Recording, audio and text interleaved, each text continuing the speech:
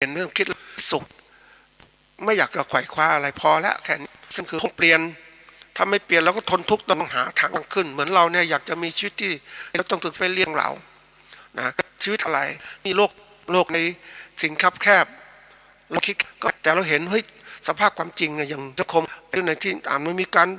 โอ้โหแข่งขันกันถ้าเกษตรเนี่ยจริงไม่มีก็เข้าประมูลสินค้าเกษตรไม่ได้นะมันจะบีบบังคับเกิดอย่างที่สบายๆเกษตรในป่าในเขาไม่ต้องคิดทำไปนะจะทำให้อะไรคือว่าทำให้คนไม่อยากคิดอะไรมันไม่ดีทีนี้มันสิ่งแวดล้อมมันเปลี่ยนแปลงเร็วขนาดนั้นมันบีบบังคับอ่ะบีบไทยกำลังมีมาตรการเรียกมาตรฐานสินค้าเกษตรนี่เพื่อให้เรารู้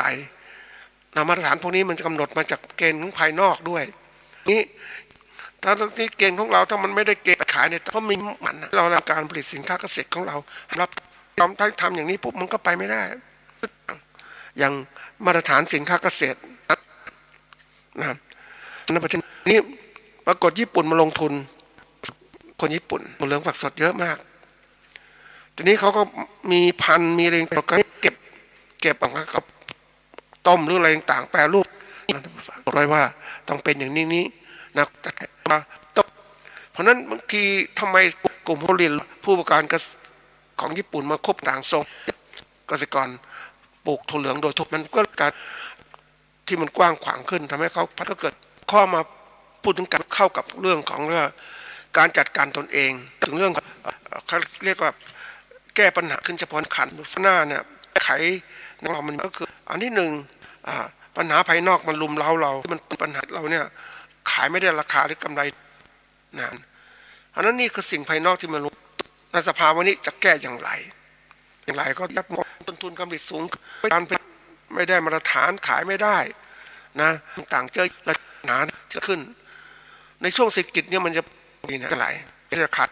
เราผลิตไปแล้วขายไม่ได้ราคาต้องรู้เลยมันจะเกิดขึ้นข้างหน้าตลาดจะไปไหวเราก็ถูกผู้หลอกให้เราผลิตสินค้าแต่ถึงขั้นตอนผลิตปุ๊บเนี่ยมันมีปุ๊บแล้วเขาไม่มีกำไรนะขั้นตอนของเราที่จะต้องจัดเป้าหมาย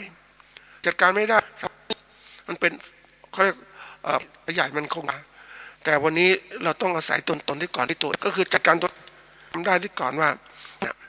นะเพราะเราไม่ได้สำรวจตัดเป็นอะไรก็ต้องประหยัดนะผู้บริโภค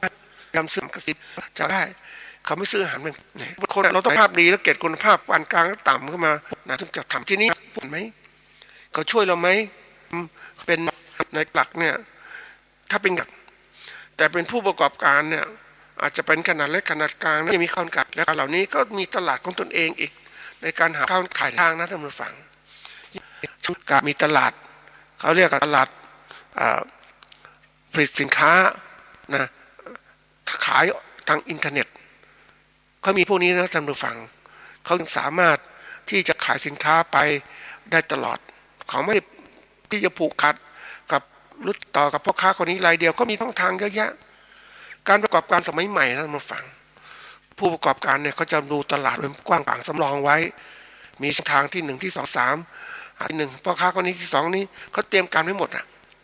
เขาไม่ได้มองที่ว่าหวังกับพ่อค้าคนเดียวนะนี่เพราะว่าเขามีความรู้ผู้กันเขามีความรู้เราเองก็ต้องเป็นผู้ที่มีความรู้ในการที่จะผลิตสินค้าขายไข่นะมันจะมีพ่อค้าระดับไหนที่ช่วยเรานะเป็นมิตรหรือเป็นศัตรูนะเราต้องเตรียมกันแล้วก็มีช่องทางที่ตัวต้องทำเองบ้างเพราะว่าการไปพึ่งคนอื่นเนี่ยมันก็ลำบากนะอันนี้คือการที่ข้อจำกัดบีบบังคับเรื่องการเกษตรของเรามันเข้ามา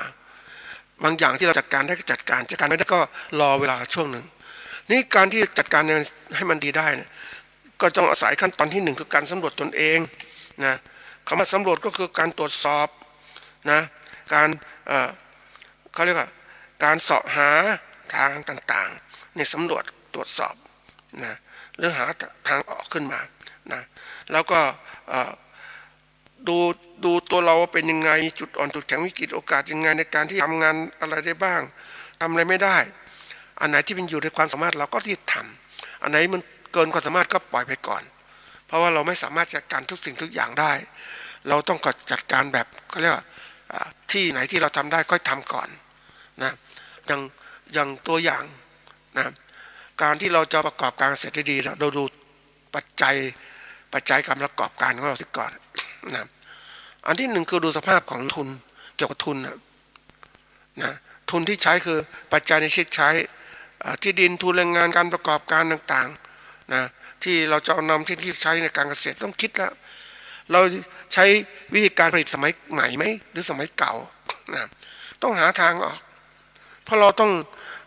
เวลาเราทำเนี่ยท่านผู้ฟังเราทำการประกอบการเราต้องตั้งเป้าหมายคือต้องรู้ผู้บริโภคแหละเป็นใครอยู่กลุ่มไหนนะเราก็วางตรงนี้เป็นหลักแต่แล้วการผลิตสินค้าของเราเนี่ยนะตลาดของเราเป็นเขาเนี่ยเราจะทำอย่างเตรียมการมีแปรรูปไหมนะแล้วเสร็จแล้วย้อนกลับมาถึงการผลิตของเราที่เราทำได้ขนาดนี้เราจะทำอะไรนะต้นทุนมันแพงอย่างนี้สู้ไหวไหมเพราะฉะนั้นเราต้องจัดการเตรียมตัวเราที่มันทำได้คือมาดูตัวเราท่านผู้ฟังก็คงรู้ว่าขณะที่เราทำเนี่ยมันเป็นปัญหาเกิดขึ้นนะมันไปไม่ได้ทีนี้เราก็ต้องหาทางออกด้วยตัวเราจะไปแสวงหาว่าเฮ้ยคนอื่นช่วยได้ไหมทางออกอย่างนี้มีไหมทางนี้มีไหมนะเดี๋ยวนี้โลกยุคนี้เขาเรียกว่ามันยากแล้วท่านผู้ฟังเพราะว่าเราจะทำอะไรแล้วแต่เนี่ยนะตัวเราเองเป็นเจ้าของธุรกิจไม่มีใครจะมาช่วยเราหรอกนะบางคนก็มาหวานมาขอให้กำลังใจขอให้ทำอย่างงู้นขอให้เป็นอย่างนี้แต่คำขอของเขาก็ขอนั่นแหละแต่เราได้เลยไหมเราก็ได้กำลังใจเข้ามาเท่านั้นแหละแต่ที่สุดการจะทำไปสู่ความสำเร็จต้องขึ้นอยู่กับตัวเราเท่านั้นที่เราต้องเลือกเราต้องทำนะการที่เราสำรวจตนเองเนี่ยเพื่อที่เรารู้ว่าเรานั้นเป็นยังไงบ้างความเข้มแข็งในการที่จะจัดการผลิตไหมที่ดินดีไหมทุนแรงงานการประกอบการเป็นยังไงนะมันต้องคิดเรามีไหมวันนี้แรงงานเรามีไหมเนี่ยยุคข้างหน้าน่ากลัวนะท่านผู้ฟังแรงงานไม่มีทำไงแรงงานคนที่มาช่วยเราก็ไม่มีนะแล้วเราจะอะไรมาช่วยก็ต้องหาเครื่องจักรมาช่วยใช่ไหมเนี่ยทำยังไงเครื่องจักรสมัยใหม่มันก็แพงเหมือนกันนะเราก็ต้องคิดเหมือนเราจะซื้อรถแท็กเตอร์ท่านผู้ฟังเราอยากจะมีเครื่องจักรมาช่วยเพื่อใช้ในการพ่นดินต่างๆแต่ไม่มีเงินขนาดนั้นเราก็ต้องซื้อควายเหล็กลดขนาดลงมาเอามาช่วยไถก่อนมีเงินก็ซื้อแท็กเตอร์เนี่ยเขาก็ทำทีละขั้นสิ่งไหนทำได้ก็ทำมาดูทำให้เลี้ยงชีวิตอยู่รอดก่อนเพราะการจะลุยไปเปิดตลาดวันนี้มันเป็นปัญหาทางเศรษฐกิจคือกลุ่มของผู้บริโภคก็มีลักษณะเปลี่ยนแปลงไปจากเดิมจากผู้พวกที่แบบเป็นวัยทำงานหรือวัยรุ่นต่างๆเนี่ยมันกลายเป็นผู้พวกที่แบบสูงวัยมากขึ้นแหละกลุ่มสูงวัยมีมากกลุ่มเกิดน้อยนะเพราะว่าเศรษฐกิจแบบเนี้ยมันลำบากเพราะฉะนั้นเขาก็พยายามที่จะหาทางออกเราก็ต้องดูว่าจะออกยังไงนะจะมีช่องทางไงบ้างทบทวนนะสำรวจแล้วอันไหนแก้ได้อันไหนติดขัดก็ไปหาข้อมูลมาเพิ่มเติมเพื่อที่จะปรับตนเองในการที่จะทำธุรกิจให้มันอยู่รอดได้นะถ้าเราไม่คิดอย่างเงี้ยนะอย่างวันเนี้ยเคยถามคนเหมือนกันอันนี้เป็นข้อคิดฝากไว้นะผู้ใช้แรงงานเขาทำงานได้วันละ300เป็นเวลาจะเกือบ10 กว่าปีรายได้ก็เท่านี้นะเขาทำอย่างนี้ตลอดในช่วงขนาดแรกเขาก็ถามว่าทำไมไม่เปลี่ยนงานก็ทำงานอย่างนี้สบายมันจะมีความสุขแล้วไม่ต้องลำบากและเป็นงานลูกจ้างประจำที่บริษัทจ้างขึ้นมาก็ทำงานมานานนะแต่เขาก็เพิ่มรายได้มันไม่มากท่านผู้ฟังมีโบนัสมากมีอะไรบ้างเท่านั้นแหละแต่การที่เขาเพลินกับสิ่งเหล่านี้เนี่ยเขาก็สุขสบายกับทำงานสบายๆในห้างแล้วก็ถามว่ารายได้กับตอนนี้แล้วคุณเก็บไหมก็เก็บประกันสังคมบ้างอะไรบ้างแต่ทีนี้นี่เป็นเพียงตัวอย่างทีนี้มันเกิดขึ้นมาว่าก่อนคนจะเกษียณเนี่ยเขาก็ต้องประมาณอายุ60ใช่ไหมทำงานไม่ได้แล้วก็เกษียณนะแต่ทีนี้ทางบริษัทเกษียณตอน55เอาทำยังไงนะ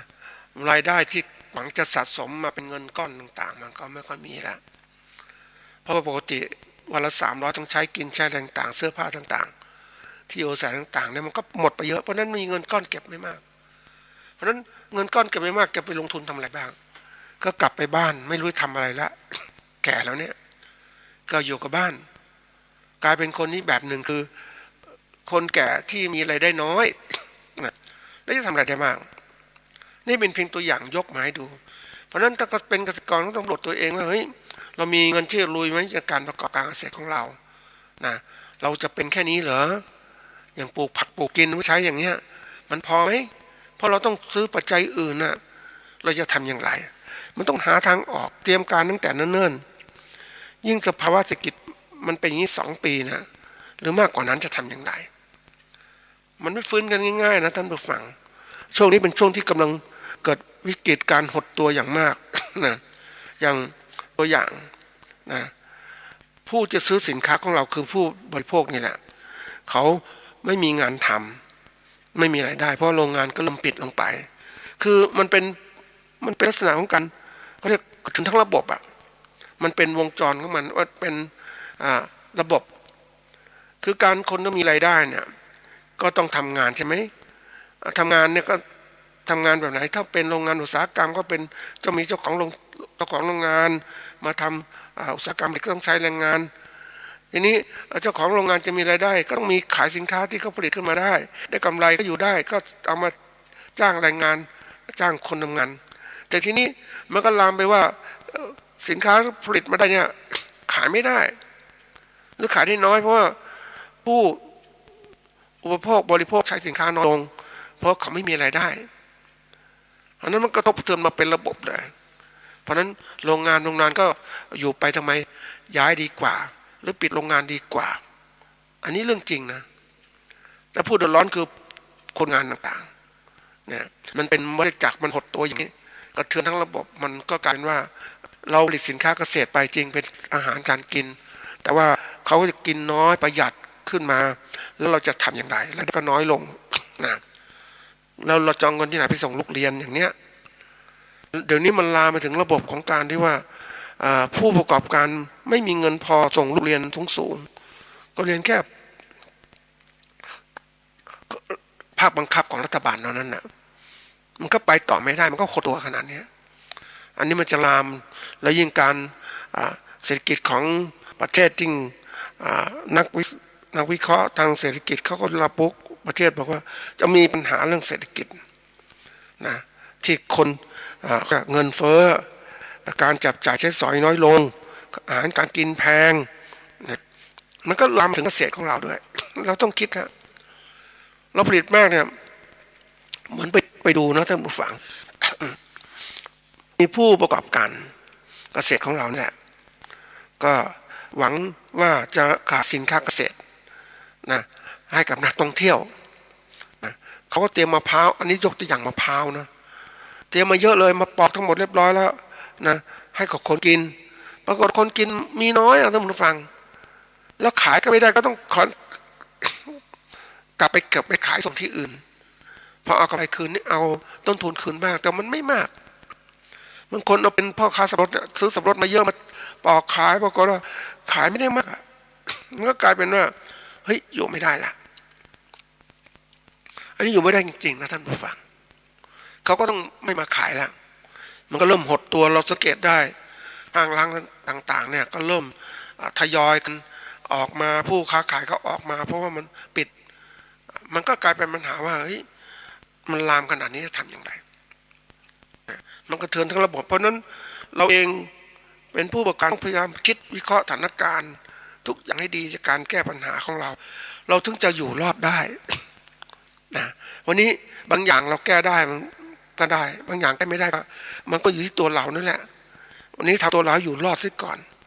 นะก็เหมือนเราดำเนินการซื้อสินค้ามาขายนะมีคนหนึ่งนะก็ค้าขายสินค้าหลายอย่างมากเลยนะทั้งสินค้าประเภทเครื่องครัวเครื่องอะไรต่างๆนะแล้วก็มีข้าวสารนะอันนี้เป็นส่วนหนึ่งของเขาปรากฏว่าขายของพวกเครื่องครัวต่างๆมีคนซื้อน้อยมากเลยนะ อาหารการกินเนี่ยเขาคิดว่ายังไงก็ตามคนต้องซื้อนะนี่กำไรมันน้อยเขาก็ต้องทำเพราะเขาเป็นแม่ค้านะเขาทำทีนี้เขาก็พูดว่าในกรณีที่ทำพวกอาหารขายทำพวกของเครื่องใช้ไม้สอยพวกเครื่องครัวต่างๆขายแต่ก่อนมาได้ราคาดีมากเลยกำไรสูงแต่วันนี้ไม่มีคนซื้อทั้งฝั่งกำไรน้อยๆก็กลายเป็นเขาขายสินค้าเกษตรพวกอาหารการกินพวกนี้นะเขาก็พูดถึงว่าทำพวกนี้ยังดีนะได้มีเงินพอจับจ่ายใช้สอยอยู่ได้แต่มันไม่มีกำไรน้อยขายสินค้าเกษตรกำไรน้อยเพราะอะไรก็คือผู้ประกอบการผลิตมีจำนวนมากผลิตสินค้าเกษตรจำนวนมากแต่ผู้บริโภคนี่เท่าเดิมแล้วก็เขาประหยัดลงเพราะนั้นกลายเป็นว่าผู้ผลิตสินค้าเกษตรเนี่ยก็ตกภาวะลำบากจะทำกำไรก็ยากก็ต้องมาย้อนกลับมาให้มาสำรวจตัวเองว่าเฮ้ยจะทำอะไรดีนะต้องระมัดระวังการจ่ายใช้สอยต่างๆให้มันเหมาะสมกับตนเองนะเหมือนกับคราวที่แล้วได้พูดถึงว่าตอนที่เราเป็นผู้ประกอบการเนี่ยมีกำไรมากๆเลยดีก็ซื้อรถกระบะซื้อนู่นซื้อนี่ไม่หมดทีนี้เมื่อมันเศรษฐกิจไม่ดีปุ๊บเนี่ยรถก็ไม่ได้วิ่งเพราะมีน้ำมันเดิมนะราคามันแพงนะมันก็มีใช้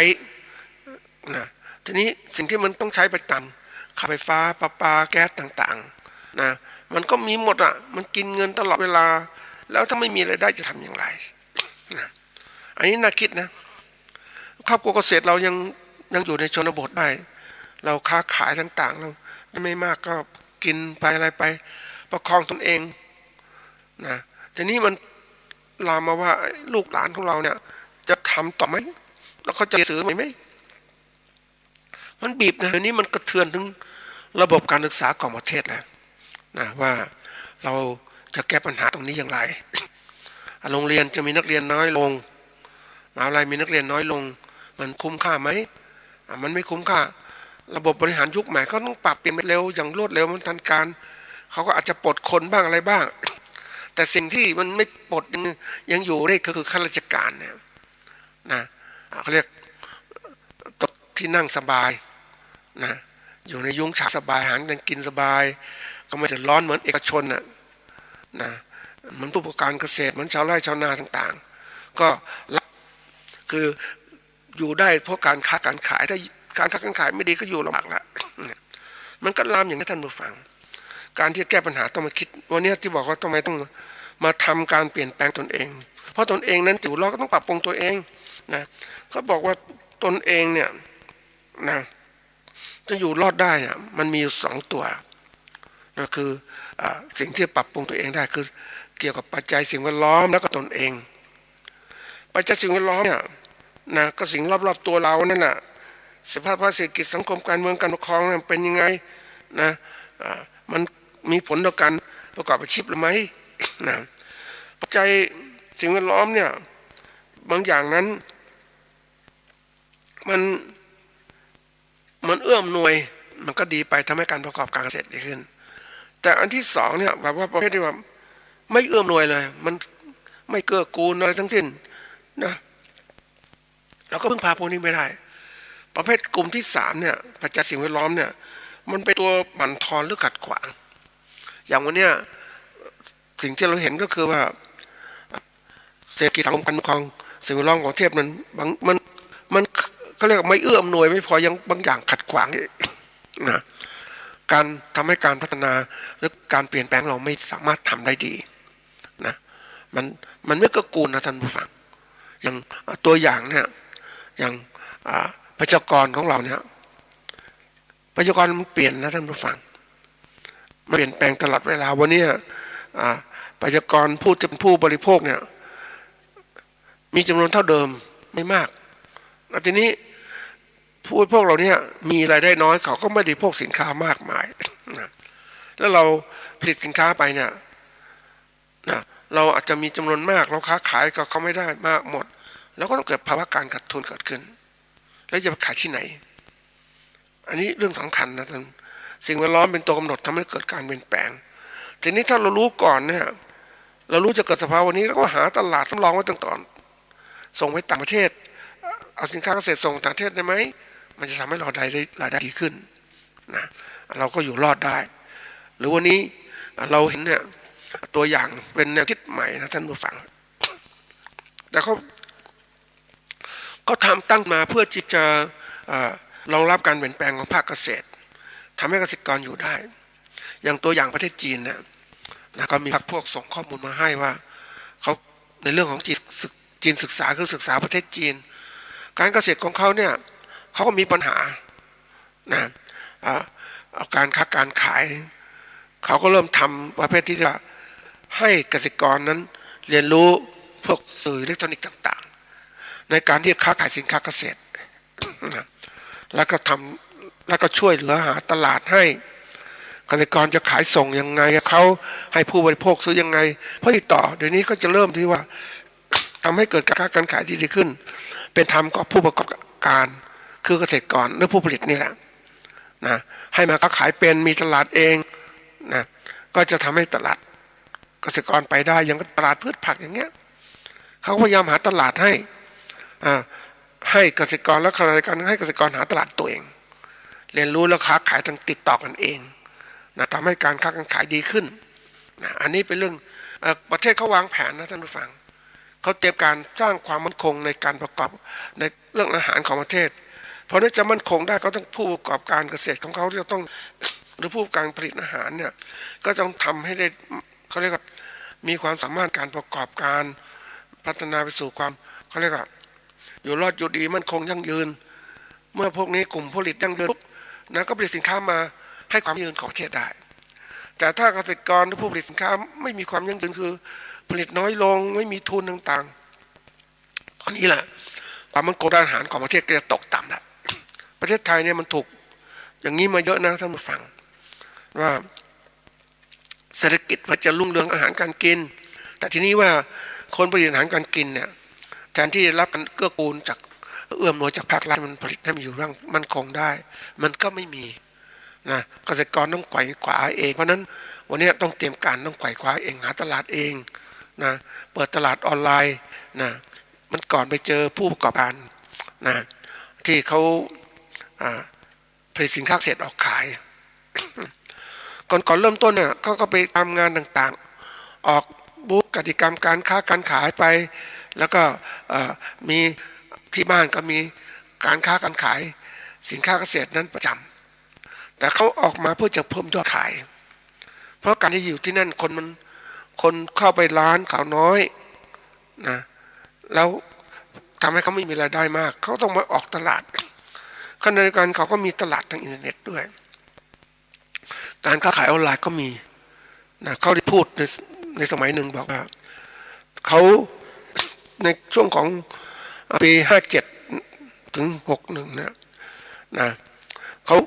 อยู่รอดได้สบายไม่เดือดร้อนเท่าไหร่ก็เพราะว่าเขามีตลาดทางอินเทอร์เน็ตที่ก็จัดการเขาเอง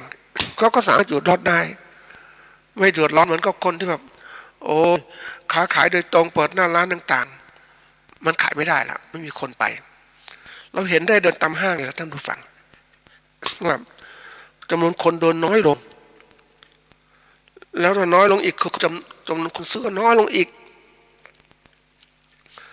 บางสินค้าบางตัวขายได้ทั้งวันนะทางร้านนี่ไปเคยเจอในประเทศญี่ปุ่นนะ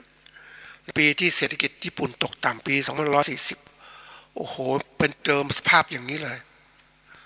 ตามห้างต่างๆมีแต่คนเดินน้อยด้วยนะแล้วไม่ซื้ออีกต่างหากเราเนี่ยกำลังเจอแล้วนะคนก็ไม่ซื้อเพราะไม่มีเงินซื้อได้แต่ไปเดินมาอย่างเนี้ยนะมันเป็นสิ่งที่ต้องคิดแต่เราเองผลิตสินค้าเกษตรก็ต้องดูแล้วว่าเฮ้ยผลิตไปขายใครนะไปดูที่ห้างที่ค้าขายสินค้าเกษตรที่แปรรูปต่างๆนะก็สินค้าหมุนเป็นคือไม่ค่อยมีคนซื้อทำดูฟังนะนี่คือหลับห้างไม่มีคนซื้อมากมายแต่นี้ทำไมคนซื้อไม่มากมายคนซื้ออินเทอร์เน็ตนะซื้อกับผู้ประกอบการโดยตรงเพราะฉะนั้นเขาก็ได้สินค้าราคาถูกขึ้นไม่ผ่านเพราะการค้าขายห้างอันนี้เป็นอีกนะ เพราะนั้นเราเองเราต้องเตรียมการว่าจะปรับปรุงจะแก้ไขการประกอบการของเราอย่างไรนะนี่ตัวที่สิ่งแวดล้อมตัวกำหนดไม่พอตัวนี้ตัวเราจะเป็นผู้กำหนดการแก้ปัญหาเราจะต้องรู้ว่านะเราประกอบการเกษตรเพื่ออะไรเราต้องการอะไรมันนั่งคบคนใหม่บางคนบอกต้องการมีอาหารการกินธรรมดาสุขสบายต้องการร่ำรวยหรืออะไรก็ต้องคิดนะให้มันตระหนักขึ้นนะเป็นสิ่งที่เราต้องการอันถัดมาคือเรื่องของการที่ว่าจัดลำดับความสำคัญของงานอันไหนมาก่อนมาหลังวันนี้ตัวเราต้องสำคัญก็หาความรู้เพิ่มเติมอ่านหนังสืออ่านมันไปทำอะไรไม่ได้เนี่ยก็ต้องค้นคว้าความรู้ทางเรื่องอินเทอร์เน็ตของเราอ่านหนังสือวิชาการอย่างเราเป็นผู้ที่ว่าสมมุตินะเป็นผู้ประกอบการปลูกข้าวโพดยังไงนะโพดดิบเอามาขายเป็นข้าวโพดต้มนะเพราะฉะนั้นมันค้าขายไม่ได้มากเราต้องดูต่อเฮ้ยเราทำการพวกนี้ซื้อพันธุ์มาปลูกซื้ออะไรเนี่ยบางพันธุ์อาจจะไม่ดีอะไรไม่ดีแล้วก็เปลี่ยนพันธุ์ด้วยหาวิธีการต่างๆอ่านความรู้เพิ่มเติมปรับปรุงการผลิตต่างๆให้ดีขึ้นเราถึงจะสามารถที่จะผลิตสินค้าขายได้ถ้าเราไม่ทำอย่างนี้มันก็ตกระกำลำบากแล้วนะเพราะเราอยู่อย่างเนี้ยนะเราไม่เคยคิดเราเคยคิดว่าจะหวังคนอื่นมาช่วยหรือรอไปอันนี้ไม่ได้ละยุคใหม่เนี่ยท่านผู้ฟังเป็นยุคของการเกษตรที่ตัวเองเป็นที่พึ่งแห่งตนมากที่สุดนะถ้าพึ่งไม่ได้ก็อยู่ยากแล้วเราต้องคิดนะเพราะใช่มีคือรัฐบาลหลายยุคหลายสมัยครับเศรษฐกิจไม่ดีเดี๋ยวเงินผันเงินนู้นมาช่วยเงินนี่มาช่วยหรือเงินมาแจกในยุคปัจจุบันตอนนี้มันไม่แจกแล้วจนมากๆแล้วเป็นที่เป็นสินมหาศาลใครจะช่วยเราเห็นเนี่ยในทิศทางที่เป็นข้างหน้าเนี่ยนะรัฐบาลจะไม่มีเงินมากมายมาพัฒนาประเทศเพราะอะไรเพราะเก็บภาษีไม่ได้ตามเป้าหมาย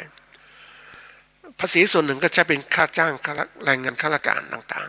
ๆแล้วภาษีที่พัฒนามากลับสู่ชนบทต่างๆนะมันก็มีน้อยนะเช่นงบก่อสร้างต่างๆน้อยลงนะหรือโรงเรียนต่างๆอาจจะไม่มีสภาพดีแล้วเราจะทำยังไงนี่คือตัวอย่างรัฐบาลเขาก็ไม่มีเงินมาช่วยเราอะนะเราเองต้องช่วยหาทางออกเตรียมการถ้าจะต่อสู้ก็ต้องดูว่าสู้จริงๆมีวางเป้าหมายจริงๆเตรียมกันแต่ถ้าไม่สู้ก็ต้องถอยไปทำอาชีพอื่นไหมทีนี้วันนี้มันเป็นสิ่งที่ยากนะท่านผู้ฟัง ยากอย่างไรเพราะว่าการจะไปหาทิศทางใหม่ในการประกอบการใหม่ๆเนี่ยมันยากนะมันยากเพราะว่ามันมีคู่แข่งมีปัญหาต่างๆเยอะแยะผจญปัญหาแต่ทีนี้ถ้าเรามาอยู่กับการเกษตรเนี่ยมันยังเป็นช่องทางหนึ่งที่เราอยู่ได้เพราะเราชำนาญแล้วเราต้องปรับปรุงตัวเราให้ทำดีขึ้นอย่างไรหาวิธีการลดต้นทุนการผลิตอย่างไรหาวิธีการหาพืชพันธุ์ใหม่มีไหมนะที่มันทันสมัยเหมือนไปกินมะเขือเทศนะท่านผู้ฟังแต่ก่อนมะเขือเทศเนี่ยที่ปลูกก็มีช่องทางผลิตเพื่ออะไร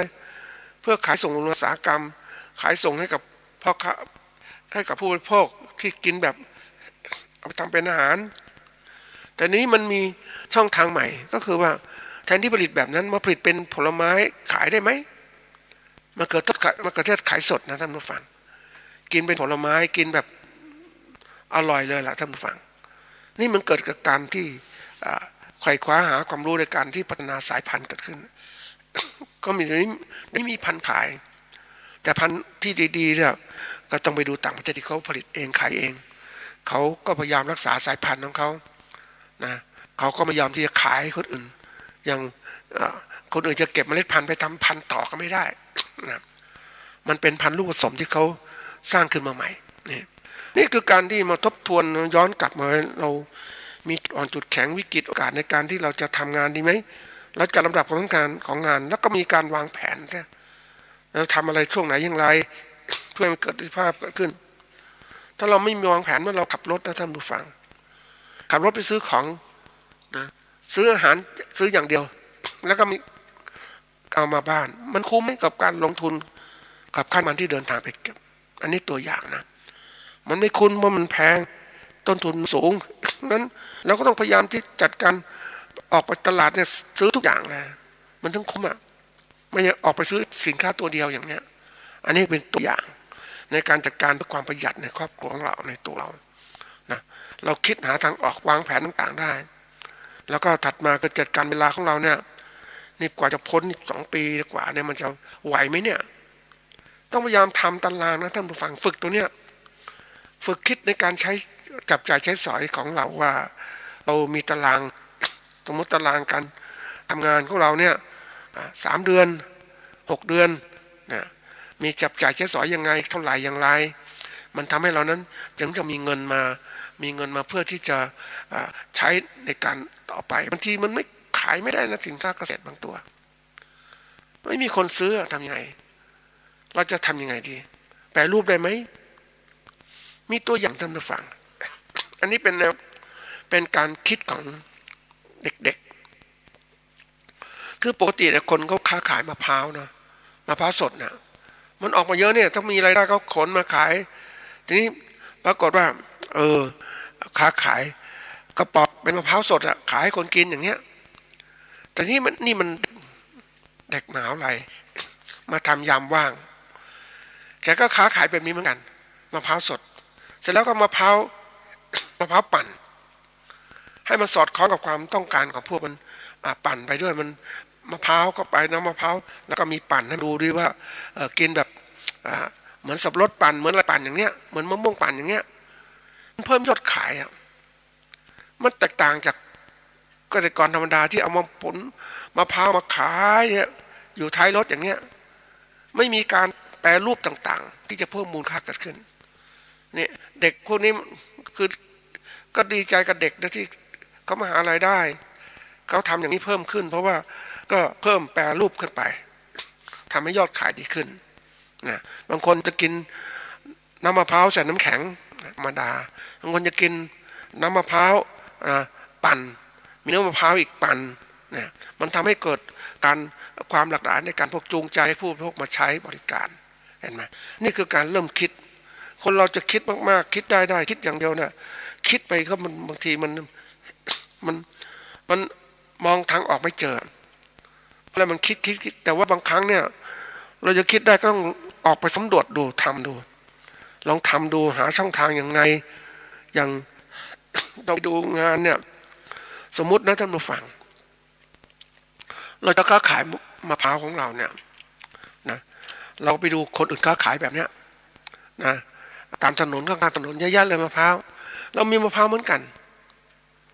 เราเห็นแค่เนี้ยเราก็จะทำตามแบบเราแต่ถ้าเราเรียนรู้อย่างเหมือนกับเด็กนักศึกษาเนี่ยมันคิดนะเพราะว่าเขารู้ว่าผู้บริโภคเนี่ยคือตัวเองนะตัวนักศึกษาที่มาค้าขายเองเขาเป็นผู้ที่กินอาหารการกินมาก่อนต่างๆเหล่านี้เขาจะทำยังไงให้สินค้ามันค้าขายได้มากขึ้นเขาจึงทำน้ำมะพร้าวปั่นเขาเห็นโลกของเขาอย่างนี้นี่เราเองเนี่ยเราจะเข้าสู่โลกอย่างนี้ก็ต้องพยายามไปดูโลกของคนผู้บริโภคเป็นยังไงนะหาทางออกไว้ก่อนเลยไปเข้าใจเขาเรียนรู้เขาเนี่ยแล้วมาปรับการผลิตการขายขายมะพร้าวของเรานะให้มันทันสมัยอย่างเนี้ยมันเป็นช่องทางนะท่านผู้ฟังนี่เป็นตัวอย่างยกขึ้นมาเพื่อการพิเทพหาทางออกเพื่ออะไรจัดการกับตัวเองเราต้องหาความรู้ไปทดลองดูนะได้สรุปข้อคิดเห็นต่างๆในช่องทางต่างๆอันนี้เป็นเรื่องการตลาดอันนี้เรื่องการต้นทุนการผลิตนะต้องหาวิธีการจัดการยังไงอะไรพันไม้ดีเพราะว่าช่วงนี้มันช่วงที่ว่ามันลุยไปก็ลำบากนะค้าขายสินค้าไปเนี่ยมาดูแล้วมันลำบากทีเดียวอะคือถ้าเป็นพวกของสินค้าสดๆเนี่ยมันจะลำบากมันต้องเปลี่ยนไปแปรรูปไหมเหมือนทุเรียนนะท่านผู้ฟังก่อนนี้เราค้าขายทุเรียนก็ทุเรียนสดกินสดต่างๆเนี่ยบางทีก็ล้นตลาดใช่ไหมนะไม่เริ่มมีคนคิดทำอะไรเดี๋ยวนี้ทุเรียนแช่แข็งแปรรูปแล้วมันมากเกินไปก็จับแช่แข็งนะมันปีนี้ทุเรียนบางคนก็บอกล้อมันออกเป็นพวกนั้นเนี่ยกว่าจะขายสดหรือว่ามาแช่แข็งเนี่ยมันก็อาจจะมีมากเกินไปเขาก็ทำทุเรียนเลยทุเรียนมาทอดนะทอดคือแบบเอาทุเรียนอ่อนๆนี่แหละยังไม่แก่เนาะเอามา แปรรูปอย่างนี้เพราะนั้นเป็นการลดทุนในตลาดเห็นไหมเราก็มีช่องทางเลือกว่าจะอันไหนดีก็ทำต่ออันไหนไม่ดีก็เปลี่ยนคือพยายามหาทางออกในการที่เราจะผลิตสินค้าเกษตรออกมาขายนะเราจะเหมือนเดิมๆอย่างเราชอบทำเราผลิตข้าวก็ผลิตข้าวเดิมนะนั่นคือตัวอย่างเพราะเราไม่รู้จะแปรรูปอะไรแต่ถ้าเรามีสมัยก่อนเราก็คิดว่าผลิตมาแล้วส่งให้กับพ่อค้าโรงสีก็จบแล้วสบายแต่วันนี้โรงสีก็มีท่อต่อรองมีเครื่องนู้นเครื่องนี้ว่าหาทางกดราคาเรานี่เราเองต้องทำยังไงก็ต้องมาหาแทนที่จะคิดหวังจะขายโดยตรงกับเขาอย่างเดียวแล้วเขาขายเองได้ไหมก็ทำเป็นข้าวถุงมาขายนะข้าวถุงอย่างนี้นะมาเป็นข้าวสารเลยมีโรงสีขนาดเล็กเองแล้วบรรจุเองขายเองเนี่ยในนามกลุ่มหรือจ้างคนอื่นมาครับทำการค้าก็ได้นี่ไปเจอแบบหนึ่งท่านผู้ฟังนะแบบชนิดที่เรียกว่ายุคใหม่เดี๋ยวนี้เขาเก่งนะพ่อค้าข้าวเหนียวคงจำเกิดแนวคิดเนี่ยนะก็ทำไงจะเพิ่มยอดขายข้าวเหนียวทำให้คนกินข้าวเหนียวมากขึ้นก็นั้นเลยก็ต้องมานึ่งข้าวเหนียวนึ่งแล้วส่งตามที่ต่างๆนะทำให้การค้าการขายเร็วขึ้นนะก็ไปตามที่ต่างๆเพราะนั้นคนขายก็ตักข้าวเหนียวนึ่งใส่ถุงขายไม่ต้องทำเองนะซื้อหรือมันก็สะดวกเพราะว่าผู้ประกอบการที่นึ่งข้าวเหนียวเขาก็มีข้าวเหนียวต่างๆเอามาส่งมีรถบริการส่งเพื่อเพิ่มยอดขายมากขึ้นนี่เป็นช่องทางในการที่หาทางออกในการประกอบการแล้วส่วนใหญ่เราจะหวังขายข้าวเปลือกขายข้าวสารหรือขายข้าวนึ่งด้วยขายข้าวพร้อมกินเลยในนี้ความสมัยมันก็เกิดขึ้นในการกินอาหารของคนก็กินอาหารแบบนี้นะก่อนเรากินข้าวแกงนะกินข้าวแกงคนก็ค้าก็ตักทำข้าวกับข้าวแล้วก็นึ่งข้าวมาขายตักข้าวแกงเนี่ยอันนี้ทำเฉพาะช่วงเวลาอย่างนั้นแต่ยุคใหม่เนี่ยเดี๋ยวนี้เริ่มค้าขายมากขึ้นคือค้าขายแทนที่จะมีหน้าร้านอย่างเดียวก็เริ่มค้าขายออนไลน์เกิดขึ้นเพื่อหาทางออกเพิ่มยอดขายทีนี้พวกที่มีคิดการไกลอีกแบบหนึ่งก็ทำอาหารข้าวแกงแช่แข็งนะคนอยากกินเมื่อไหร่ก็ไปกินได้ตามห้างต่างๆตามร้านสะดวกซื้อต่างๆนี่คือยุทธศาสตร์ของการที่จะเพิ่มยอดขายเราต้องพยายามคิดหาทางออกว่าสินค้าเราผลิตเป็นอย่างไรหาทางออกอย่างไรอย่างที่กรณีของก่อนมีคนที่เขาผลิตมะม่วงหิมพานต์ขายนะท่านผู้ฟังก็เริ่มค้าขายให้กับพ่อค้าชนิดที่เรียกว่าเป็นเมล็ดมะม่วงดิบส่งไปแล้วนี่ปรากฏมันก็ไม่ได้ราคาเขาก็ทำเองนะทอดเองอะไรเองมันจุสูงเองเพราะว่าธุรกิจบางอย่างเนี่ยมันเราหวังจะได้กำไรสมบูรณ์แบบเนี่ยมันต้องทำครบวงจรถ้าเราทำแบบเฉพาะผลิตแล้วขายเราก็ได้กันคือขายเป็นวัตถุดิบให้เขาเนี่ยเราก็ได้กำไรน้อยแต่เราขายเนี่ยขายกับผู้บริโภคโดยตรงเลยนะเป็นมะม่วงหิมพานต์ทอดอย่างเงี้ยนะแปรรูปต่างๆดีขึ้นเนี่ยมันเป็นช่องทางนะท่านผู้ฟังนะกรณีนี้เป็นสิ่งที่เราจะคิดว่าเฮ้ยมันค้าขายไม่ได้ปัญหาอย่างนี้มันเกิดขึ้นจริงแล้วเนี่ยวิธีการที่เราจะคิดส่วนใหญ่คนเนี่ยมักจะชอบคิดการจัดการแก้ปัญหาก็เมื่อเกิดปัญหาเกิดขึ้นแล้วถึงหาทางแก้ทีนี้มันก็ช้าอย่างที่เคยบอกว่ากว่าจะแก้มันช้าเราไม่มีในการที่จะรอให้เกิดปัญหามันเสียเวลาไปเยอะนะแล้วเมื่อปัญหาเกิดขึ้นปุ๊บเนี่ยเราก็อาจจะแก้ไม่ทันวิธีการบริหารสมัยใหม่เขาจึงใช้วิธีการนะครับทำอะไรไม่ให้เกิดปัญหาแนวคิดเดิมคือเกิดปัญหาแล้วหาทางแก้แนวทางใหม่คือทำยังไงไม่ให้เกิดปัญหาเกิดขึ้นนั่นคือการบริหารที่ว่ามองไปถึงอนาคตว่าจะมีปัญหาอย่างนี้เกิดขึ้นสมมุติมันจะมีเรื่องนี้เกิดขึ้นเรามีทางออกเตรียมไม่หมดละนะทำยังไงไม่เกิดปัญหาเกิดขึ้นเนี่ยอย่างผู้ประกอบการขายข้าวแกงนะท่านผู้ฟังนะก่อนเนี่ยมันก็เริ่มมีนะคือพวกนี้เขา ขายข้าวแกงให้คนกินธรรมดานะตามร้านต่างๆทีนี้คนไปกินน้อยลงอ่ะคนไปกินน้อยลงปุ๊บเขาเริ่มที่หาทางออกคือค้าขายออนไลน์กันขึ้นนะนี่คือตัวอย่างแต่ทีนี้คนที่มันทำข้าวแกงมาก่อนเนี่ยมันรู้ว่าสิ่งการขายออนไลน์มีขึ้นแล้วรู้มาก่อนนะเนี่ยนะช่วงที่คนบริโภคยังกินเต็มที่เลยนะซื้อจากหน้าร้านเต็มที่เลยนะแต่ก็คิดว่านะข้างหน้าจะเกิดปัญหาอย่างนี้เพราะเขาก็รีบค้าขายออนไลน์นะเปิดตลาดมีชื่อเสียงต่างๆทำข้อมูลเรียบร้อยเลยให้คนบริโภคก็ไปซื้อสินค้าเขาแล้วปรากฏว่ามันก็เป็นจริงเมื่อเกิดปัญหาเกิดขึ้นปุ๊บเนี่ยการที่ผู้บริโภคมาที่ร้านอาหารเนี่ยจำนวนน้อยลงนะจำนวนน้อยลงนะแต่เขาการค้าขายเขาไม่น้อยนะเขามากขึ้นว่าเขามีตลาดออนไลน์อยู่แล้วคนก็ซื้อ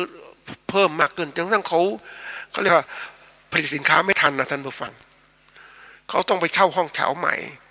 นะผลิตสินค้าทำอาหารการกินเรียบร้อยแล้วขายออนไลน์อย่างเดียวนะคนก็สั่งที่ร้านของเขาขายร้านประจำนะจำนวนน้อยลงมากว่าดูแล้วเนี่ยเปิดประมาณแค่40%เองอะจากเคย100%เหลือ40%แล้วนับวันมันจะน้อยลงนะเพราะอะไรก็คือว่าคนที่มากินข้าวแกงก็ไปกินนู่นแล้วนี่บ้างมีผู้ผลิตมีคนอยากจะทำอาชีพเข้ามาอีกก็แย่งคู่แข่งแต่เขาหาทางออกไว้แล้วนี่คือการจัดการที่ทันสมัยการหาทางออกล่วงหน้าไม่ให้เกิดปัญหาเกิดขึ้น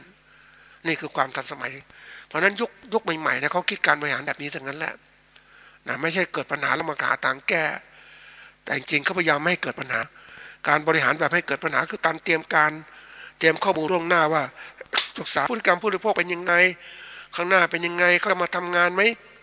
ก็เคยคิดเรื่องนี้เหมือนกันนะท่านผู้ฟังไปดูถึงระบบทำไม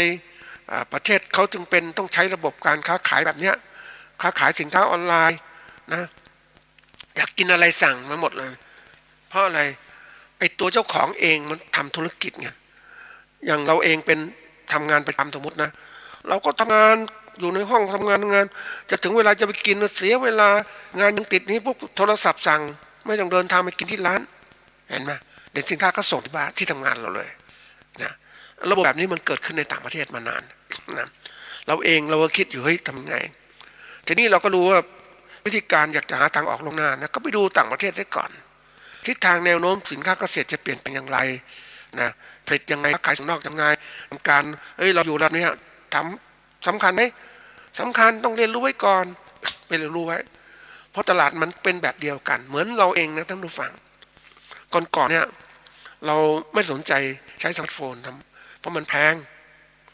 แต่ที่ต่างประเทศมันใช้สมาร์ทโฟนมา10 กว่าปีแล้วนะแล้วมันก็เข้ามาประเทศไทย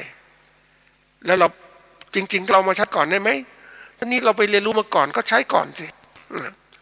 เราก็เจริญก้าวหน้าคนอื่นใช่ไหมมีความรู้รวดเร็วกว่าคนอื่นใช่ไหมนะมันต้องไขว่คว้าอย่างนี้ท่านผู้ฟังเราจะเป็นเกษตรกรธรรมดาไม่สนใจอื่นแบบนี้ไม่ได้ท่านผู้ฟังเราต้องเป็นผู้ประกอบการที่มีความรู้ทั้งการผลิตการตลาดศึกษาโลกกว้างขวางขึ้นทิศทางก็เป็นอย่างไรนะเราไม่ใช่อยู่แค่เนี้ยผลิตแค่เนี้ยพอแล้วไม่ได้เพราะโลกมันบังคับตัวเราเองต้องบังคับตัวเองแล้วมันในการเรียนรู้ต่างๆนะทำใจให้แบบว่าเมื่อเรามีสำรวจแล้วก็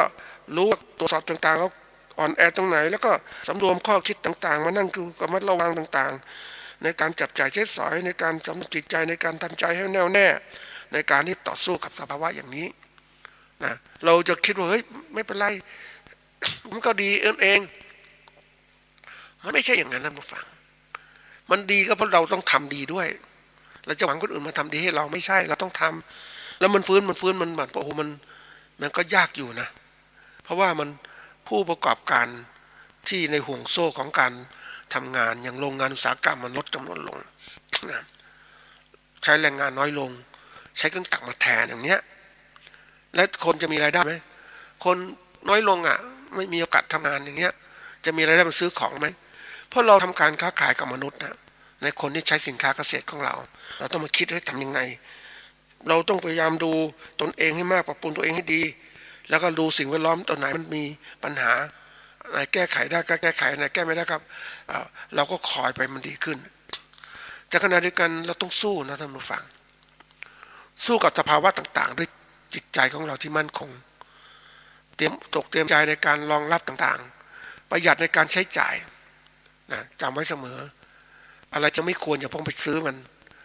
ทนไว้เพราะว่าการที่เราทำงานโดยอาศัยรายได้จากคนอื่นแต่คนอื่นก็ไม่มีรายได้ให้เราเนี่ยเราจะทำไง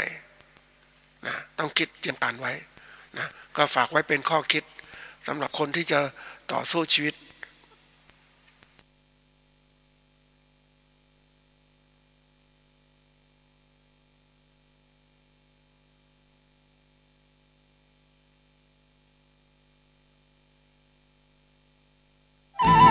ที่จบไปแล้วนั้นเป็นรายการเกษตรเพื่อชีวิตดำเนินรายการโดยอาจารย์พิชัยคงพิทักษ์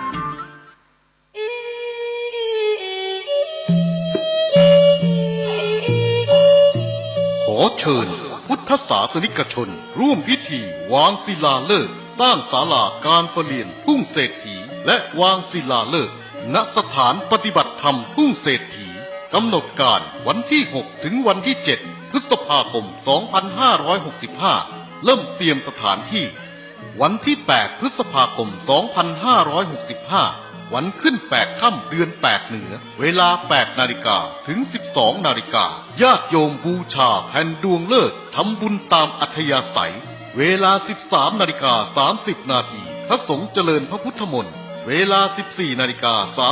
39 นาทีเริ่มประกอบพิธีวางศิลาฤกษ์สร้างศาลาการประเรียนจึงขอเชิญชวนผู้ใจบุญทุกท่านร่วมพิธีวางศิลาฤกษ์สร้างศาลาการประเรียนทุ่งเศรษฐีบ้านสันต่อตำบลบ้านโป่งอำเภอเวียงป่าเป้าจังหวัดเชียงรายนำโดยพระครูอภิวัตวิกรมพระอาจารย์บรรยงอภิวัฒโนพร้อมเจ้าภาพและศรัทธาบ้านสันต่อพ่อหลวงประดิษฐ์สาคำ062 478 0776